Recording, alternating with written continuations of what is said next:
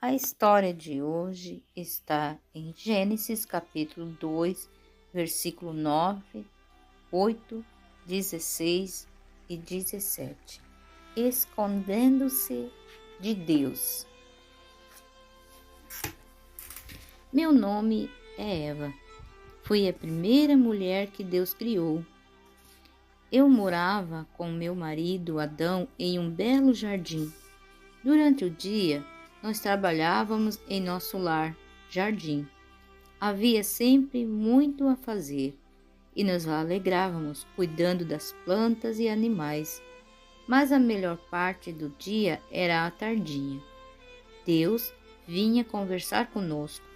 Ele tinha muitas coisas emocionantes a nos dizer.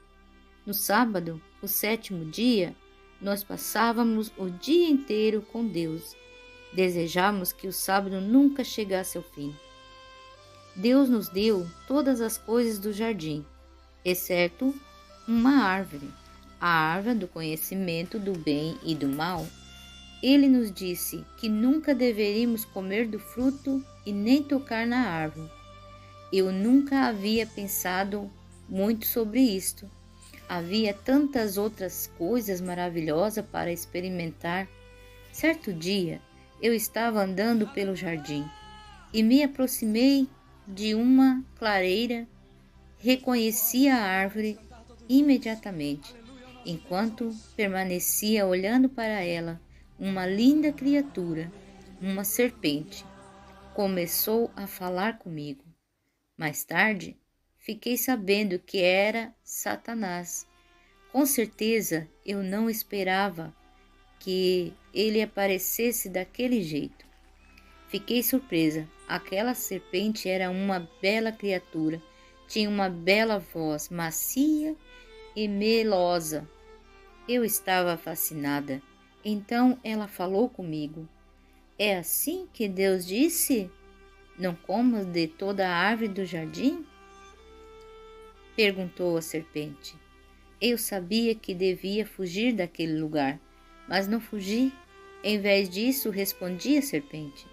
Podemos comer do fruto das árvores do jardim, mas Deus disse, não coma do fruto da árvore que está no meio do jardim, e nem toque nela, do contrário vocês morrerão. A serpente respondeu, Deus está com medo de que vocês fiquem tão inteligentes quanto ele. Vocês não morrerão se comeres o fruto.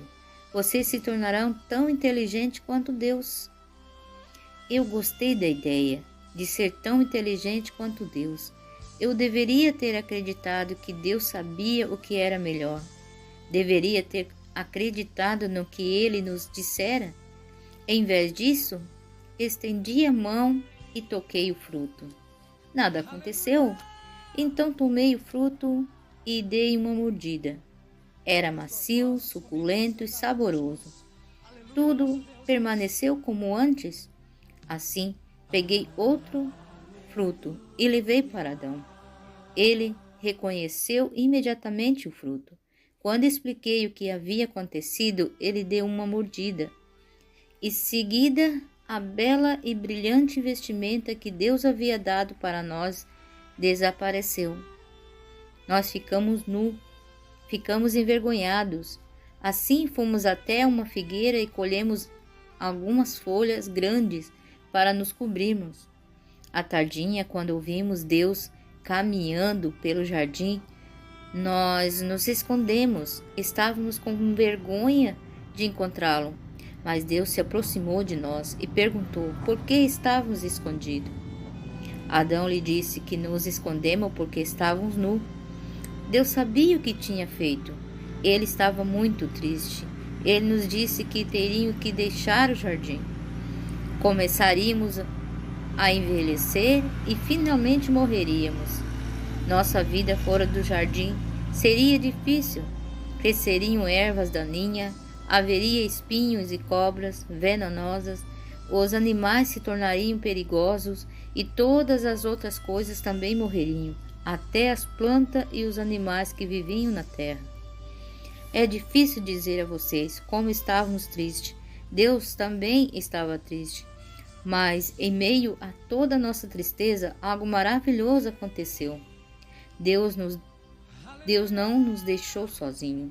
Contou-nos sobre seu plano de nos salvar das coisas erradas. Ele enviaria à terra como um bebê, seu próprio filho. Seu filho levaria a culpa por todos os erros que nós tínhamos cometido. Ele morreria por nós, a fim de nos salvar e restaurar-nos para viver na presença de Deus. Então Deus tomou um cordeiro e o sacrificou, mostrando-nos como sacrificá-lo. Só então começamos a compreender o que significava morrer. E à medida que nossos filhos foram nascendo, nós esperávamos que um deles fosse o bebê prometido, mas eles não eram. Muitos anos mais tarde, Jesus veio à Terra. Ele mostrou às pessoas como viver. Então ele morreu por nós. E quando Jesus morreu, ele morreu pelos pecados de todos, meus e os seus. Lembre-se, Deus não nos abandonou. Ele ainda nos ama. Ele perdoou nossos pecados e ainda perdoa os seus pecados. Se você realmente se entristecer e lhe pedir que perdoe, muito em breve Jesus voltará.